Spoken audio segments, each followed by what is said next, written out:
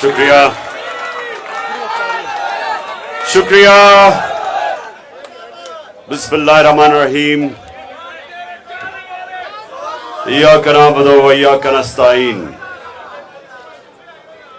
मेरे तहरीक इंसाफ के बाशऊर कारकुनों, आज हमारी आखिरी इफ्तारी है और इसमें मैं ख़ास तौर पे अपने कारकुनों को खराज तहसीन पेश करना चाहता हूं।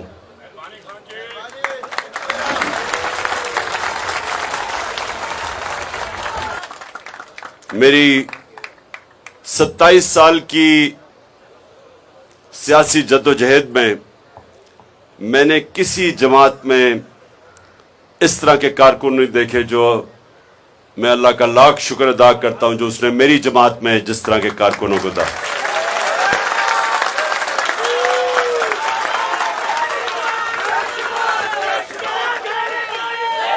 थोड़ी अभी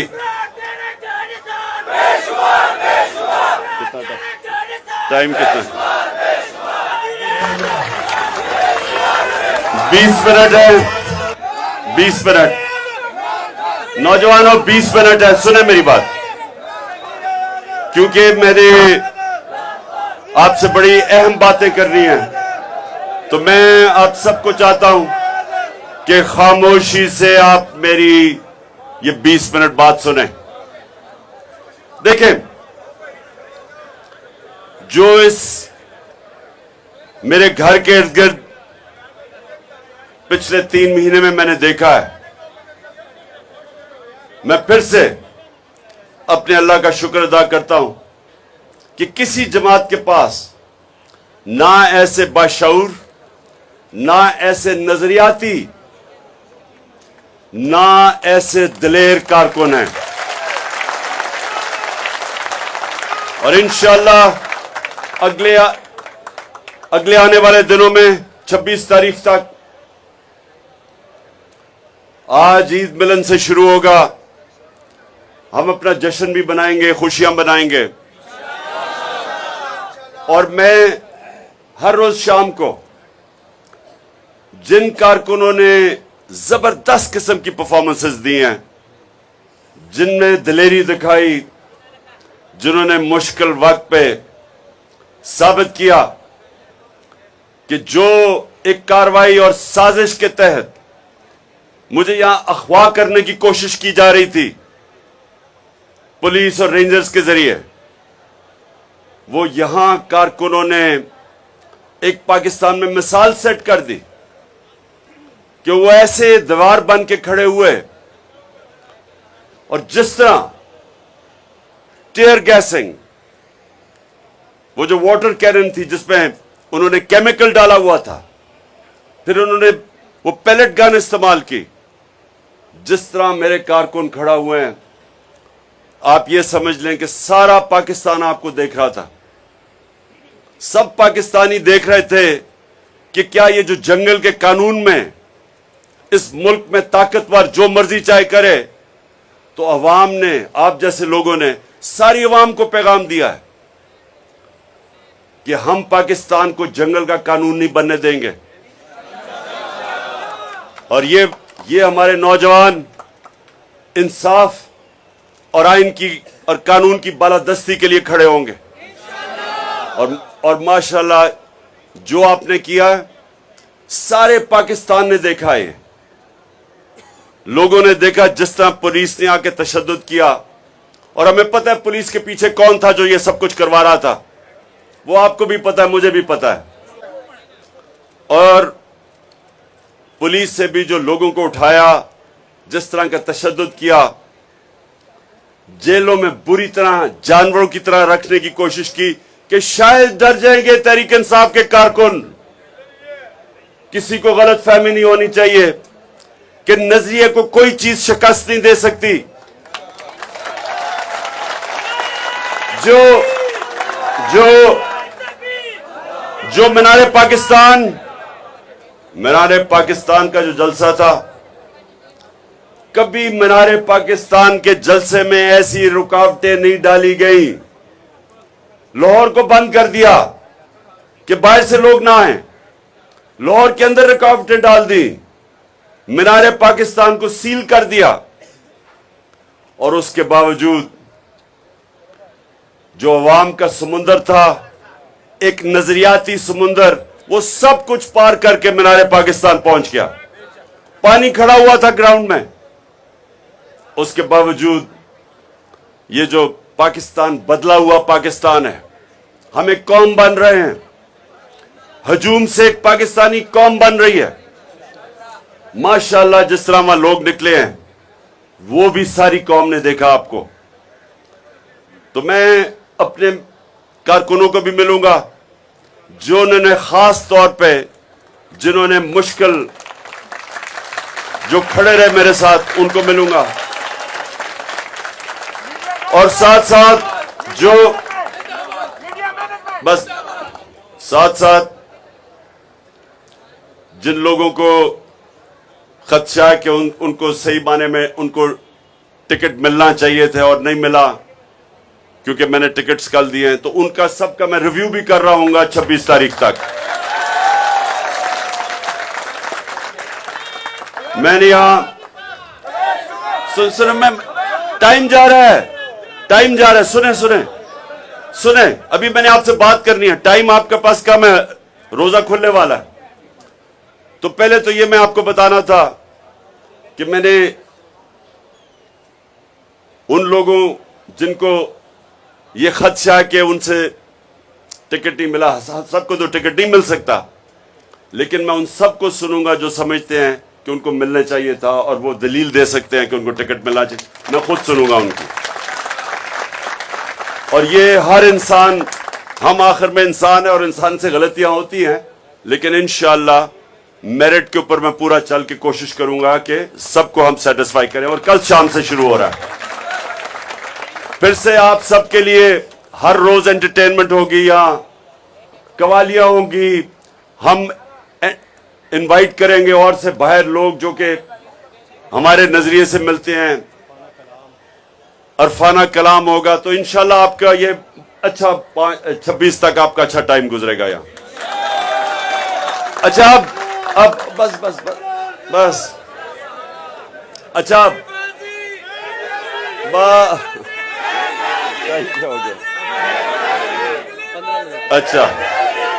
अच्छा अब सुने,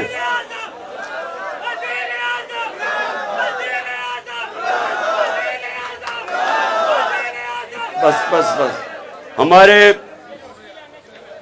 पहले अली जैदी को, अली मीन को, सोशल मीडिया के हमारे नौजवानों जिसमें अता एक है, उनको उठाया। ये सारा खौफ फैलाना चाहते हैं, और फिर से सबको पता है इनके पीछे कौन है। हम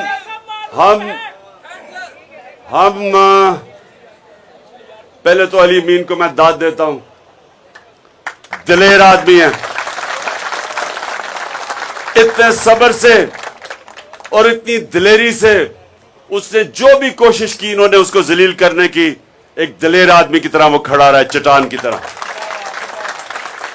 और मैं इन सारों को पैगाम पहुंचाना चाहता हूं, जो ये समझ रहे हैं कि ये खौफ फैला के और ये जेलों में लोगों को डाल के, जो ये समझ रहे हैं कि इससे ये जो हकीकी आजादी का जज्बा है ये खत्म हो जाएगा या कम हो जाएगा, मैं उनको पैगाम देना चाहता हूं कि आपसे ज्यादा अहमक और बेवकूफ लोग है ही नहीं। कभी भी नजरिया, जब एक नजरिए का वक्त आ जाए, कभी भी इस तरह की हरकतों से वो नहीं रुकता। ईस्ट पाकिस्तान को हमने गवाया, ईस्ट पाकिस्तान में एक जमात इलेक्शन स्वीप कर गई, पाकिस्तान के सबसे साफ और शफाफ इलेक्शन हुए, वो सारा ईस्ट पाकिस्तान में इलेक्शन जीत गई अवामी लीग। और बजाय अवाम के मैंडेट को मानने के, उसी जमात के ऊपर कार्रवाई शुरू कर दी, मिलिट्री ऑपरेशन शुरू कर दिए। और जो पाकिस्तान को नुकसान उठाना पड़ा, पहले तो आधा मुल्क गया, फिर जो हमें जिल्लत उठानी पड़ी, यह भी तारीख का हिस्सा है। मुझे अभी भी याद है, मैं यूनिवर्सिटी में था जब हमारा मुल्क टूटा है। मुझे अभी भी याद है, मैं उस वक्त बरतानिया में पढ़ रहा था। हमें अभी भी याद है कि हमें किस तरह की जिल्लत उठानी पड़ी थी, सिर्फ इसलिए कि बंद कमरों में किसी अहमक ने गलत फैसला किया कि बजाय अवाम की मैंडेट मानने के एक बेवकूफ आदमी ने, कम अकल आदमी ने उनके ऊपर फौज चढ़ा दी। ना सिर्फ मुल्क टूटा, सारी कौम को, हमारे 90,000 लोग हिंदुस्तान में कैदी बन गए। सारी कौम का सर शर्म से झुक गया। सारी पाकिस्तानी दुनिया में जिधर थे डिप्रेशन में चले गए, और अब फिर उसी रास्ते पे लगे हुए हैं। वही कम अकल सोच का रास्ता कि डंडे के जरिए हम लोगों को ठीक कर देंगे, बजाय अवाम की आवाज सुने। सारी अवाम खड़ी है, सारी कौम आज हकीकी आजादी चाह रही है, आइन चाह रही है, कानून चाह रही है, रूल ऑफ लॉ चाह रही है। वो तंग आ गए कि ताकतवर जो मर्जी करे कानून के ऊपर, और आम आदमी को इंसाफ ही ना मिल सके। और सबको पता है कि ऐसा माशरा तबाह हो जाता है, जिसके ऊपर हजरत अली रजी अल्लाह ताला ने कहा कि कुफर का निजाम चल जाएगा। लेकिन वो निजाम जिधर इंसाफ नहीं है, वो कभी भी नहीं चल सकता। मेरे नबी सल्लल्लाहु अलैहि वसल्लम ने 1500 साल पहले कह दिया था, और आज पाकिस्तान में वो वही हालात हैं जो उन्होंने 1500 साल पहले कहा था कि अगर ताकतवर जुर्म करेगा और वो माशरा उसको नहीं पकड़ेगा, ताकतवर मुजरिम को जो माशरा नहीं पकड़ता, सजा नहीं देता, और सिर्फ छोटे और कमजोर चोरों को जेलों में डालता है, वो माशरा तबाह हो जाता है। और ये मसला है आज।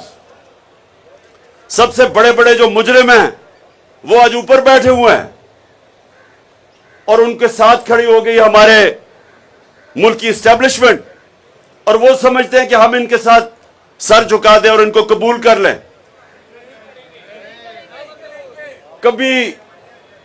कभी ये सोचा है कि हमें ये कौम को भेड़ बकरियां समझ के चोरों को ऊपर बैठा के और कहें कि हम इनको कबूल कर लेंगे?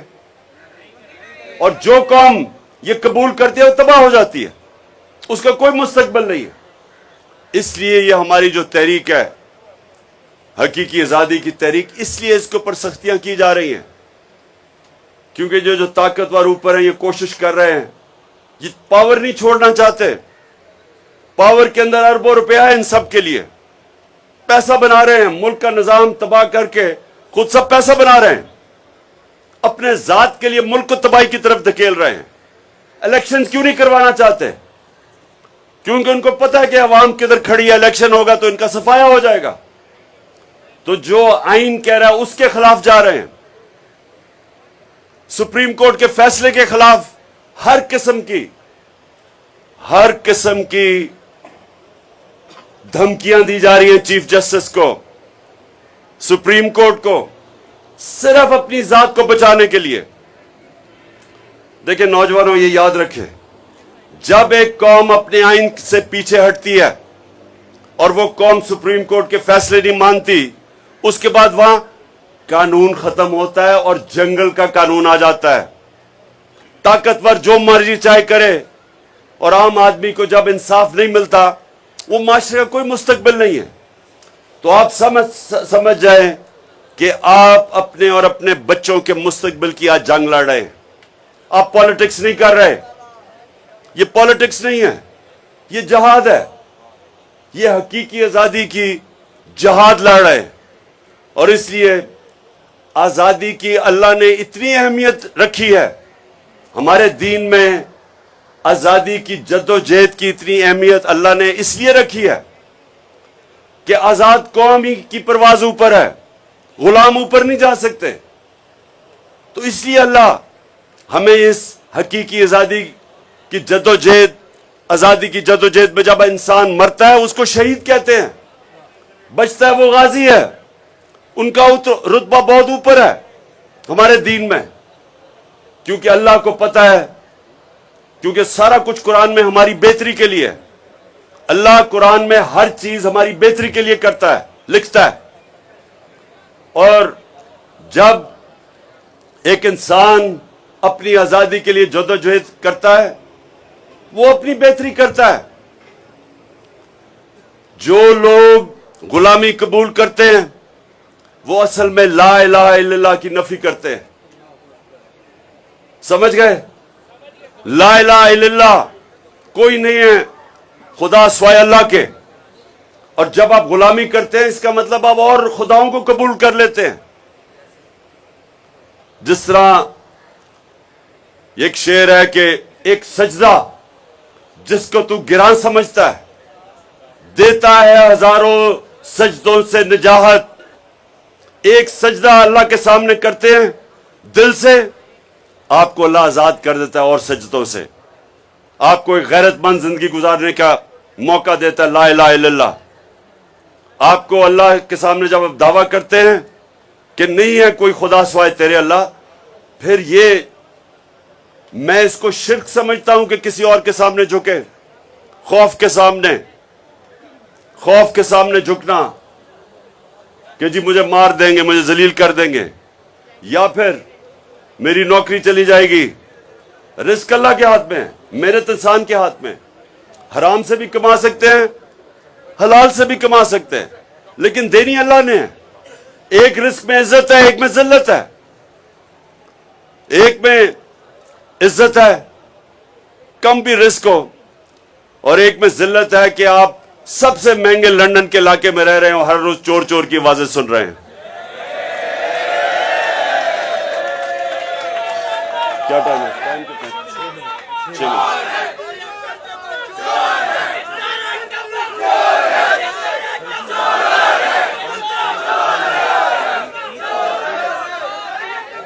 अच्छा, अब ईद के लिए कल हम नमाज पढ़ेंगे ईद की, और उसके बाद कल शाम को, हाँ सुबह 9 बजे नमाज है, और आज रात को 11 बजे चांद रात की हम पूरी सेलिब्रेशन कर रहे हैं 7 वाली जगह पे। हाँ, बैरून मुल्क पाकिस्तानी उनको हम नहीं, उधर जो मगरब में है उन सबको ईद मुबारक कहते हैं। उनकी ईद हो चुकी है। क्या हमारा चांद नजर आ गया। आपकी ईद इंशाल्लाह कल होगी। अच्छा जी, अच्छा अब आखिर में क्योंकि आप सब ने लीडर बनना है, ये 4 सिफ्तें अब मैंने लीडर की आपसे पूछूंगा। मैं देखता हूं कि कितनों में इतना शौर आ चुका है। सबसे पहली सिफ्त,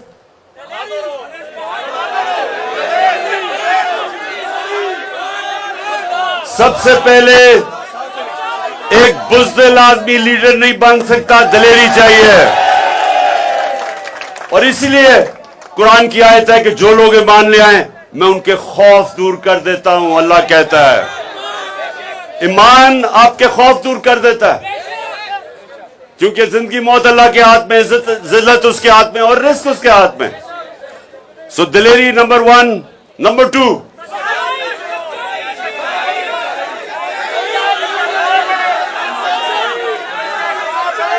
क्या?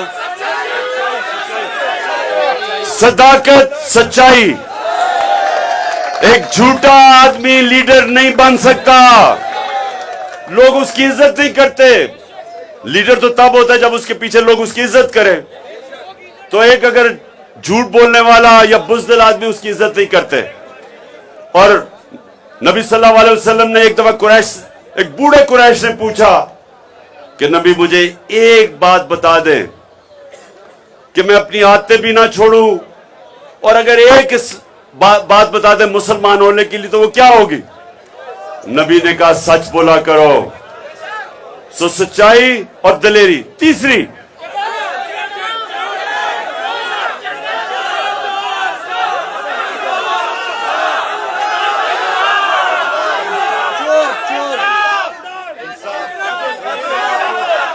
तीसरी चीज, अमानतदार, इंसाफ करने वाला।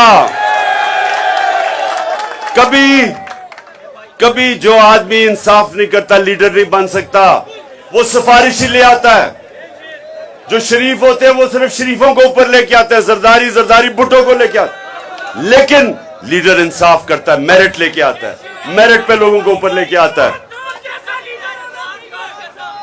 अच्छा, और चौथा ये, अच्छा अब चौथा किसी को नहीं पता होगा, बताओ चौथी क्वालिटी क्या है?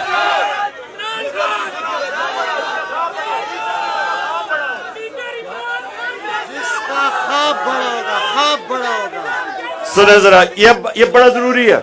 अब ये चौथी चीज लीडर बनने के लिए बड़ी जरूरी चौथी चीज क्या है? लीडर का जो ख्वाब होता है, सुने नहीं हो, वो अपने से बड़ा होता है।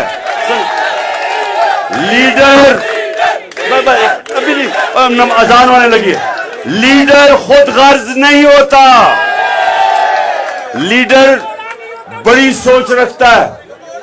हमारे नबी सल्लल्लाहु अलैहि वसल्लम, उनको खिताब था रहमतुल लिल आलमीन, सब इंसानों के लिए रहमत बन के आए थे।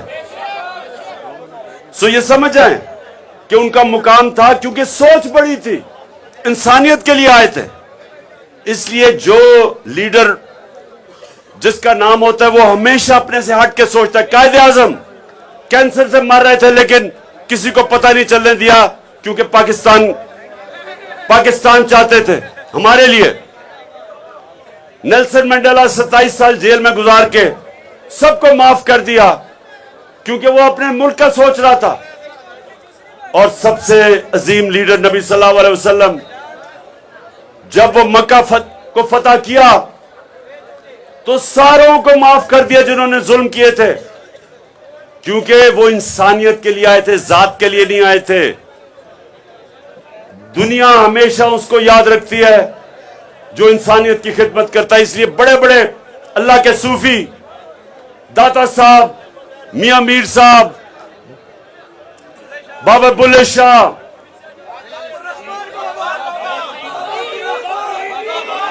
पाकपटन के हमारे बाबा फरीद, निजामुद्दीन औलिया, मोइनुद्दीन चिश्ती, आज भी लाखों लोग उनके मज़ारों पे जाते हैं, क्योंकि वो इंसानियत के लिए आए थे, आशिक रसूल थे सब, नबी सल्लल्लाहु अलैहि वसल्लम की सुन्नत पे चल रहे थे।